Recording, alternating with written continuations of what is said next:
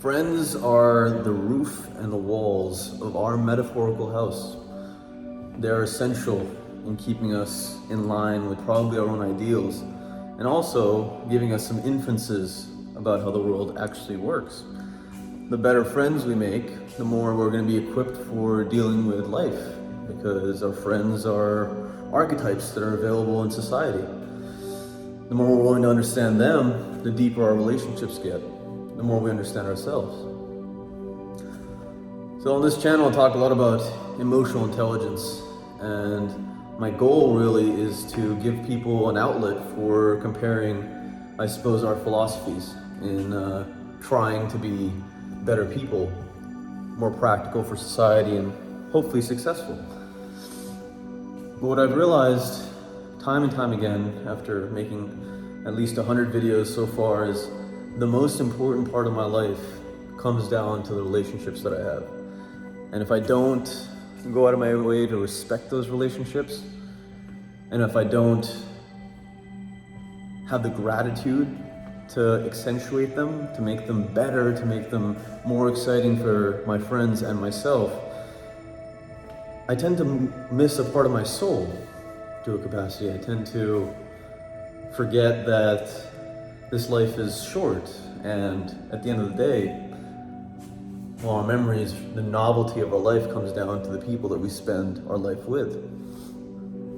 So it was my buddy's birthday yesterday, and he came up from Allentown, PA to Philadelphia, where we got to hang out for a day or two. And every single time I meet this man, I get to once again reinvigorate why we got along in the first place, why we had this magnetic connection when we first met and when we continued to do things together. It's strange when you recount some of the memories that you have when you first meet those people. They seem like such insignificant little occasions. They seem like something that might have just dropped randomly out of the universe, and yet they can form years of our life, let alone years of our thought process. It's a beautiful thing to have in your back pocket, a relationship with either a close partner of yours, your family, or the people in the end that you derive motivation from. When I started this channel, when I started my pursuit in becoming an entrepreneur, I've always valued my friendships. I'd like to think I've always had great friends. And the main reason is because I spent a lot of time caring about how I am making these people feel on the daily. My values consist of honesty, loyalty, novelty, and probably a little bit of adventure, right? Like having people around you that are saying yes to the things that you want to do.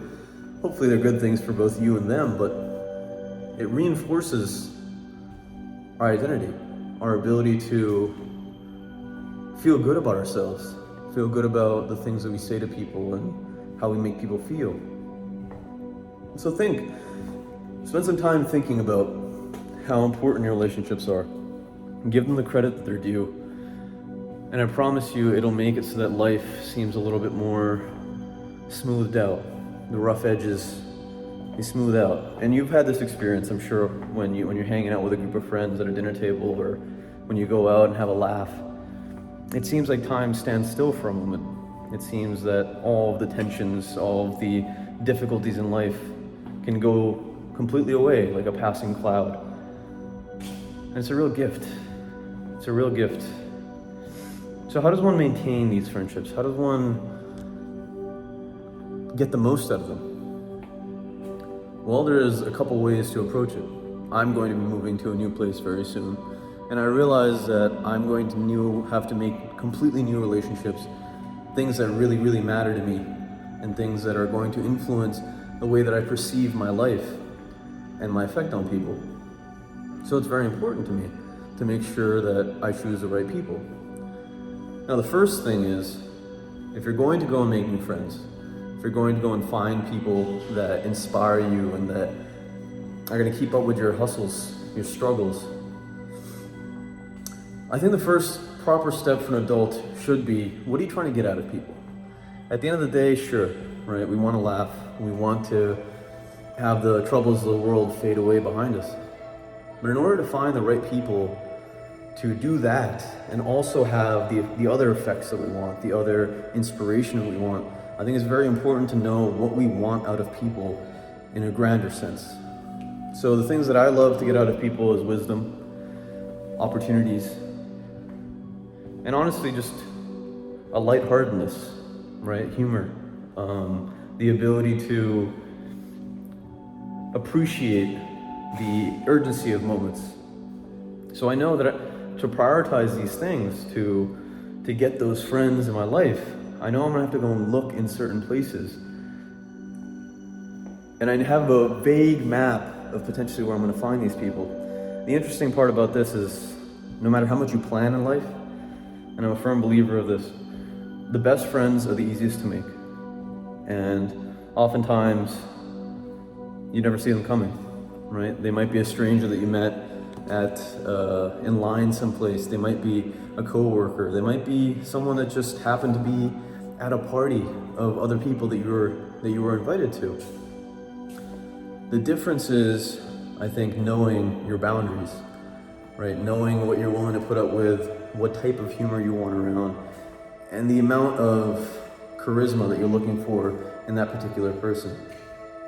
So say we have all these things kind of ironed out, and obviously this is a very loose science, we'll call it. Very loose, right? It's something, it's feeling. It's an emotion that you're trying to train to get out to accentuate your life.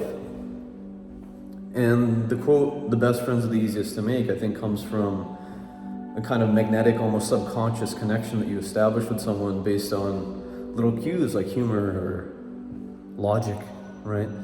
Little situations that come up that you're like, wow, this person actually agrees with basically how I see the situation.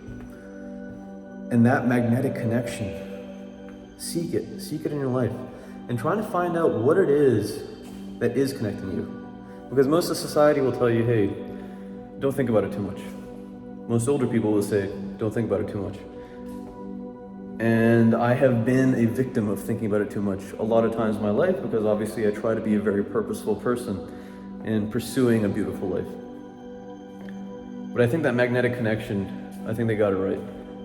You can't think about it too much in the moment, but afterwards, when you're trying to be grateful about it, I think it's very healthy to come up with terms, to come up with philosophies that you believe connect you to those people, and actually discussing them with those people, actually having those deeper conversations. Because at the end of the day, one of my fundamental beliefs is also, if you're gonna be in a relationship with someone, any sort of relationship, they should be trying to improve you, and you should be trying to improve them as human beings, in their morals, whatever it is. There should be some level of growth that's associated with every relationship that you're in, because frankly, this life's short, and we should be changing. We should be becoming greater and hopefully more well-rounded people in the end. So fine, you're in a new place potentially, you got some friends already.